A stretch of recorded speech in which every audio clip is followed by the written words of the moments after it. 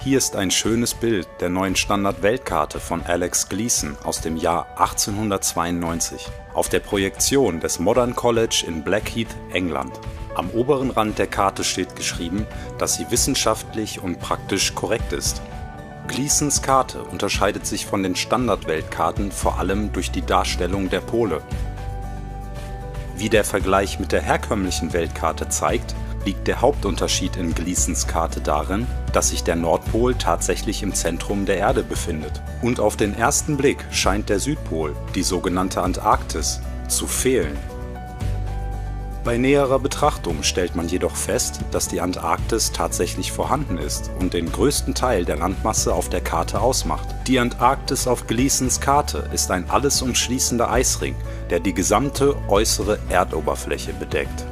Gleasons Karte ist zu einer Art kanonischem, historischem Dokument für Anhänger der flachen Erde geworden. Viele von ihnen stellen das Bild ins Internet und bezeichnen es als einen erdrückenden Beweis, der das heliozentrische Modell der Erde widerlegt. Mit anderen Worten, es beweist, dass die Erde keine sich drehende Kugel im Raum ist, sondern eine kreisförmige, flache und unbewegliche Ebene. Das war für mich noch kein Beweis.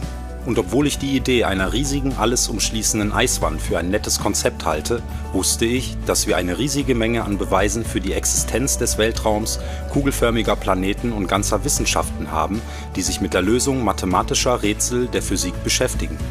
Ich meine, wir sind auf dem Mond gelandet, um Himmels Willen. Wenn die Erde flach und unbeweglich wäre, hätte das mittlerweile doch sicher schon jemand erkannt. Diese mutigen Seelen taten das Undenkbare. Sie flogen zum Mond, sie landeten, machten ihre ersten vorsichtigen Schritte und hissten die amerikanische Flagge. Die NASA schickte bei den nachfolgenden Apollo-Missionen mehrere Besatzungen auf den Mond. Sie schafften es sogar, Apollo 17 beim Verlassen des Mondes zu filmen. Okay, I'm gonna get the pro. 99, proceeded, 3, 2, 1, ignition. Right away, Houston. Vector grid. Aber halt! Stopp! Wenn dies Aufnahmen der Besatzung sind, die den Mond verlässt und zur Erde zurückkehrt, wen haben sie dann zurückgelassen, um den Start des Raumschiffs zu filmen? Und findest du nicht auch, dass diese farbenfrohen Missionen beim Start irgendwie unecht aussehen? Danach sah ich auch keine Raketen mehr, welche diese Art von schillernden Farben erzeugen. Und ich nehme an, dass sie es zugeben, da sie alle Daten der Mission verloren haben. Das war bestimmt nur ein Zufall. Ich begann, die NASA etwas genauer zu untersuchen und was ich fand, war schockierend. Ich kann mit Gewissheit sagen, dass die NASA die Welt tatsächlich anlügt, und zwar seit ihrer Gründung im Jahr 1958. Aber nehme mich nicht beim Wort. Manchmal kann man den Menschen die Wahrheit nicht sagen, man muss sie ihnen zeigen. Also lass sie mich dir zeigen. Schnall dich an und bleib sitzen, denn Houston, wir haben ein großes Problem. Okay, well, there's a big problem with the blue marble. And I'm going to zoom in here and show you what the problem is. These are all composite images where they are really not very good at Photoshop because they're using the Photoshop clone tool to replicate clouds. This cloud is a copy of this cloud. See the formations? They're identical formations. These right here, side by side, side by side. See this kind of W-looking shape right here, replicated right here. This cloud is exactly the same as that cloud. You know, same clouds right there, and same thing on the other side of the world. They got the same thing going on. They got careless here. Look, 1, 2, 3, 4, 5 of the same formations replicated right there. These two replicated, same exact formations right here. This right here is clone of that right there. I mean, really? So you're telling me that we could take pictures of Jupiter and Saturn, huge, massive planets, and now we're out going to Pluto, but we don't have one legitimate picture of the Earth from space that's not a composite? Click on this picture right here. Supposedly the same mission, same guys that took the picture of the most famous picture of our Earth. I'm going to do save image as, and let's see, Apollo Moon, let's call it Apollo Moon 17. And I'm going to open that in Photoshop. And if those of you think this technical difficulty was planned and think I'm scamming you, go do it for yourself. Because you're going to find the exact same thing. I got nothing to hide here. This is live on the air, okay? I'm going to zoom in on the Earth in Photoshop. You see the Earth? Go to Image, Adjust, Levels, and I'm going to And the levels over here. And I'm going to bring the levels up. Uh-oh. What is that? Why is there a square box around the Earth allegedly taken from the scientists on the moon in Apollo 17? And people wonder why I don't trust NASA. That's why I don't trust NASA. Just another example of NASA faking space. Let's take a look here at this supposed image of Jupiter. Nothing more than CGI fakery. The supposed auroras towards the north. Let's take a look here again at NASA's official website, where it states Hubble captures vivid auroras in Jupiter's atmosphere. Here's the problem. The date of June 30th, 2016. Now take a look at this. Another so-called official image of Jupiter. This one's from back in 2014. You see the problem here? Now let's take a closer look at the supposed two images provided from NASA of Jupiter. Here's the problem again, 2016, 2014. What's the difference here? Well, the difference is they added the supposed auroras on the north, and this is nothing but a Christmas tree. Give me a break. Take a look here. I mean, all the clouds are in the same exact position. Just the 2016 image is a bit, I would say, darker. This is a bit lighter in 2014. Here's a side-by-side. People can't see what's taking place here with NASA. Nothing more than fakery. I mean, give me a break. This is a complete insult. You have a brain in your head. And you can tell it's real because it looks so fake, honestly.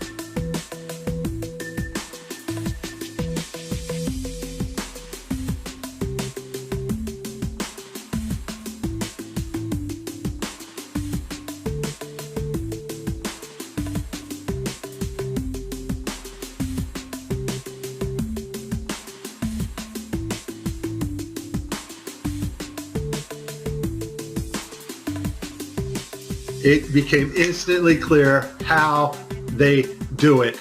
And it's just video game technology. Now, if you're part of the Geek Squad or the techie crowd, well, then you already know about this technology. And so let's get to the video that caught my attention, and you will see the same things that I saw. Let's watch. We have to introduce the concept of freefall. So let's use this model of the Earth. And let's enlist the help of a friend, Patsy. You might know her.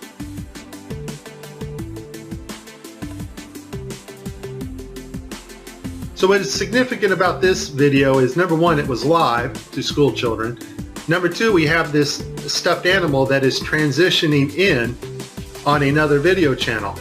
And the actor is able to reach up and grab this doll in real 3D space and manipulate this doll with their hands. And so the only way you're going to pull that off is with one technology. And that technology is virtual reality.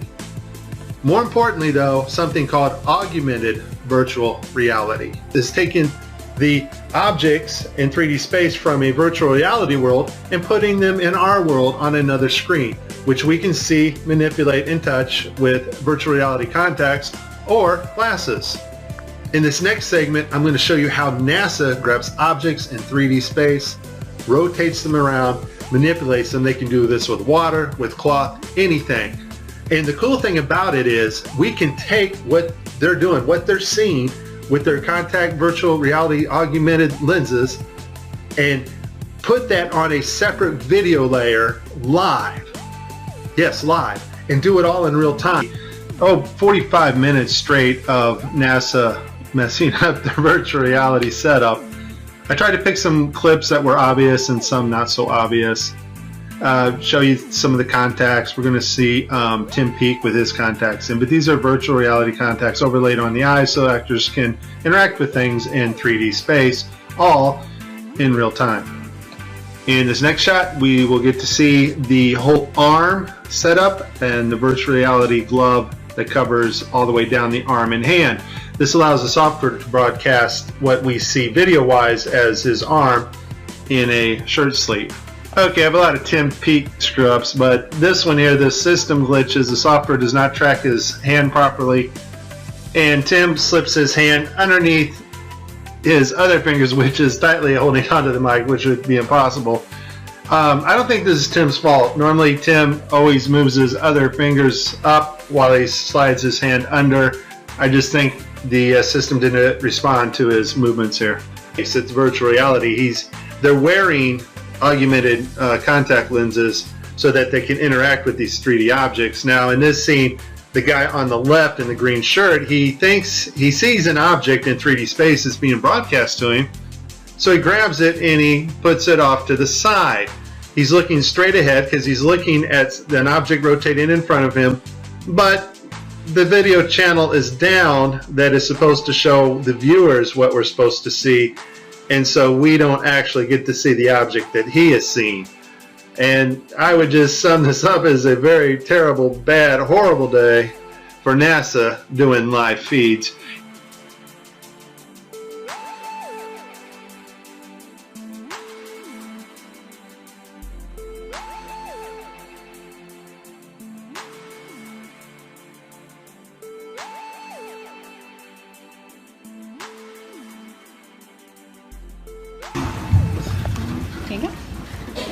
So many times during spacewalks outside the International Space Station, we can see air bubbles rising up. Can you touch on how there are air bubbles in space? Can you be more specific? Air bubbles? So yeah, like a lot of times during the footage, the NASA footage, you can see bubbles coming up out of the helmets or kind of from underneath you. How do you explain bubbles in space? Yeah, I'm not sure exactly what you're talking about.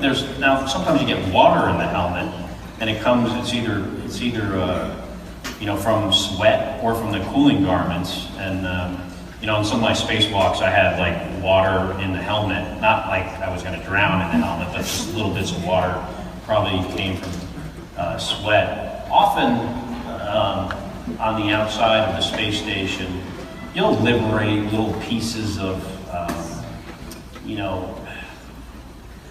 it's a really harsh environment out there, and the outside of the space station gets beat up pretty good. And sometimes, you'll see just little flecks of paint or something that you might have disrupted floating away from the suit. And, that's generally what that is. I've never seen any kind of air bubble anywhere. Yeah. Could it be that you're filming in an underwater pool and you're not really out there?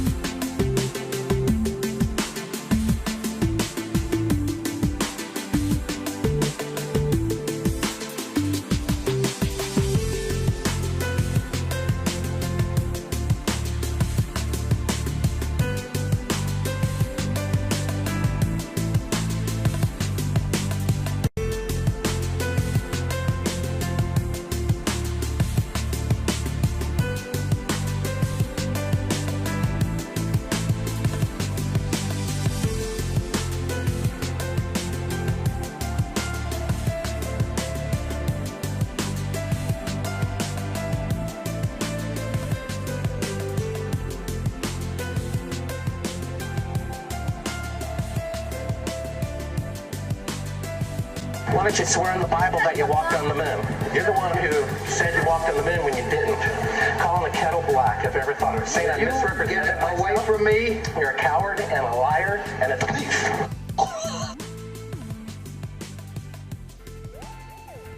Und dann ist da noch dies. Offizielle NASA-Forschung über die Dynamik eines Flugzeugs, das über einer flachen und nicht rotierenden Erde funktionieren würde. Eine flache, nicht rotierende Erde. Eine flache, nicht rotierende Erde. Was? Ich weiß, dass die NASA ein riesiges Multimilliarden-Dollar-Budget hat, aber warum sollten sie Mittel für die Forschung an einem Flugzeug verschwenden, das über einer flachen, unbeweglichen Erde funktioniert? Ich dachte, wir leben auf einer sich drehenden Kugel im Weltraum. Ist das nicht so, als würde Toyota ein neues Auto entwickeln, das durch Lava fährt? Es würde nie benutzt werden und wäre eine enorme Geldverschwendung. Das ist alles nur Spaß und Spielerei, bis man den Lügen der NASA auf die Spur kommt. Warum sollte die größte Raumfahrtorganisation, deren Vision auf ihrer Webseite besagt, dass es ihr Ziel ist, Wissen zum Wohle der Menschheit zu entdecken und zu erweitern, lügen? Und wohin genau fließt ein Jahresbudget von mehreren Milliarden Dollar? In den letzten 5 Jahren belief sich das Jahresbudget der NASA zwischen 2016 und 2020 auf insgesamt über 100 Milliarden Dollar. Warum sollte sie solche betrügerischen Handlungen begehen, wenn sie der Menschheit mit ihrem Verständnis und ihrer Erforschung des Weltraums helfen will? Und wenn wir der berühmtesten aller Weltraumorganisationen nicht vertrauen können, dass sie uns die Wahrheit sagt, ist die Erde dann wirklich das, was man uns glauben lässt? Und dann erinnerte ich mich an den Vertrag der Vereinten Nationen von 1959, der alle weltweiten Aktivitäten auf dem antarktischen Kontinent verbietet, regelt und sicherstellt, dass der Kontinent keiner Nation gehört. Mit Gleasons Karte vor Augen begann ich mich zu fragen, ob die Antarktis wirklich das war, was man uns erzählt hatte. War sie wirklich ein eiskaltes, unberührtes Paradies, in dem, wie Sir David Attenborough zeigt, die Pinguine im Schnee spielen? Könnte es wirklich eine riesige Eiswand sein, welche die ganze Erde umschließt?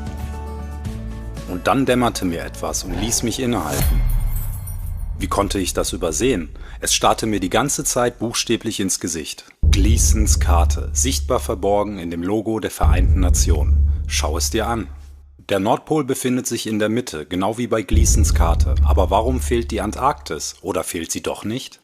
Bei näherer Betrachtung stellte ich fest, dass das Logo von einem kreisförmigen Lorbeerblatt eingerahmt ist. Aus der antiken griechischen Mythologie weiß ich, dass das Lorbeerblatt Apollo symbolisiert. Schon wieder Apollo. Genau wie die Mondmission.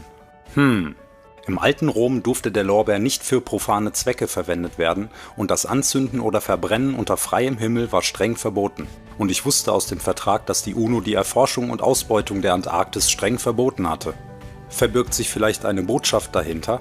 Ich begann zu recherchieren und stellte fest, dass nicht nur die Vereinten Nationen dieses Logo benutzen, sondern auch die Internationale Seeschifffahrtsorganisation, die Internationale Zivilluftfahrtorganisation und die Weltgesundheitsorganisation. Die Seeschifffahrtsorganisation kontrolliert die Meere und die Luftfahrtorganisation den Himmel. Die WHO steuert grob gesagt die gesamte Kommunikation über Gesundheit und Krankheiten der Welt, so wie sie es auch während der Covid-19-Pandemie getan hat. Beherrscht in Wahrheit das UN-Militär die Antarktis zusammen mit den See- und Luftfahrtorganisationen? Oder handelt es sich doch nur um einen Friedensvertrag, um den letzten unberührten Ort der Erde zu ehren?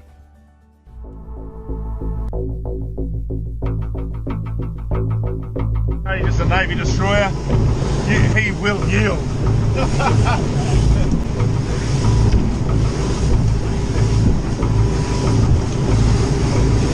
He'd be thinking, that cheeky better not cross my bow. Yeah. Stop, Josh. They take it seriously. What did they say? You got to yield. You can't just fucking. They think you're going to charge them. We don't know for sure, but I think they did say something. No, they did. They thought. They come back last fall. Yeah, fucking talk to them. Actually going around. He's turning. Stop. He's turning. He is actually turning. He said about the ship yesterday. No, he is turning. Fucking hell, what have we done now? It's turning, Josh. Just sit still. He's slowed down, has he? Yeah, he's really slowed down. Not that we were in trouble. What for? It's coming to us. He's got the shits because... This is Warship Hobart, Channel 16, over. 16. Yeah. Exclusion area, please report your intentions. Fishing. Who the fuck's that? We're heading to the shelf to go... Just say we're out fishing, heading out fishing. No, we're just heading out fishing. Get the dinghies out, boys. They get five Warship Hobart, you are operating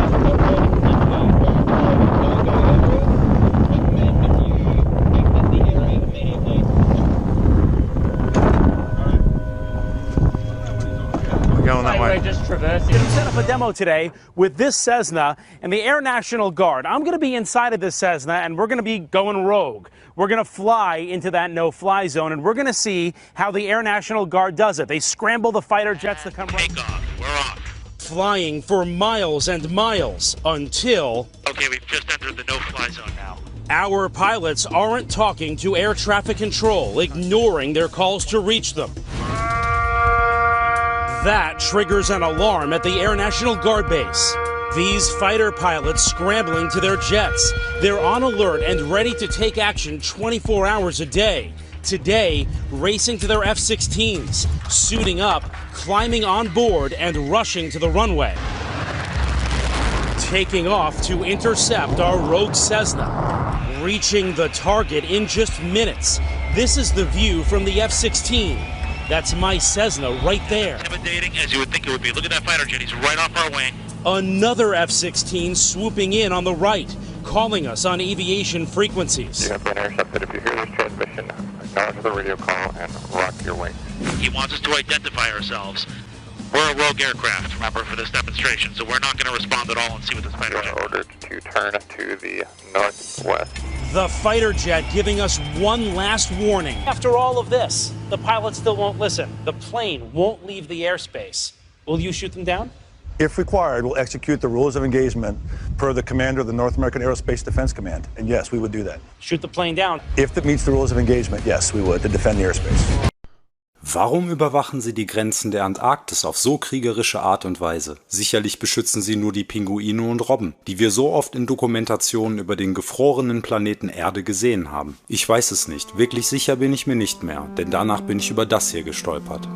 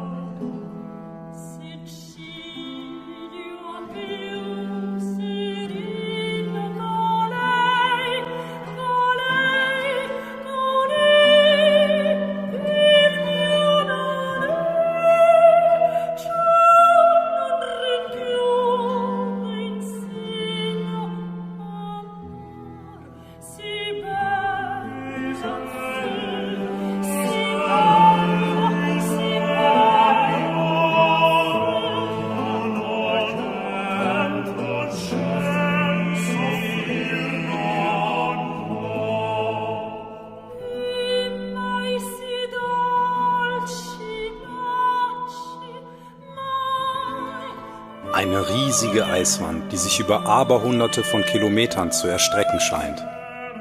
Ich weiß nicht, wie es dir dabei geht, aber ich empfand dieses Bildmaterial zutiefst beunruhigend. Mit den Lügen der NASA im Hinterkopf und der großen Eiswand, die sich in der Ferne abzeichnete, begann ich das zu erleben, was manch einer kognitive Dissonanz nennt. Ich begann es abzulehnen. Natürlich konnte das alles nicht wahr sein und natürlich ist unsere Erde eine sich drehende Kugel, wie uns unser ganzes Leben lang gelehrt wurde. Es ist eine Sache, dass die NASA lügt, aber lügen auch all die Professoren und Wissenschaftler? Lügt sogar der National Geographic Channel? Und was ist mit Newton, Einstein, Hawking und Attenborough? Lügen auch sie alle? Das ist eine komplizierte Antwort und ich werde mein Bestes tun, um dir die Wahrheit zu zeigen. Doch bevor wir uns mit den Hütern des Wissens und den vertrauenswürdigen Stimmen unserer Welt beschäftigen, muss ich dir noch mehr von unserer Erde zeigen. Ich möchte dich jedoch nicht jetzt schon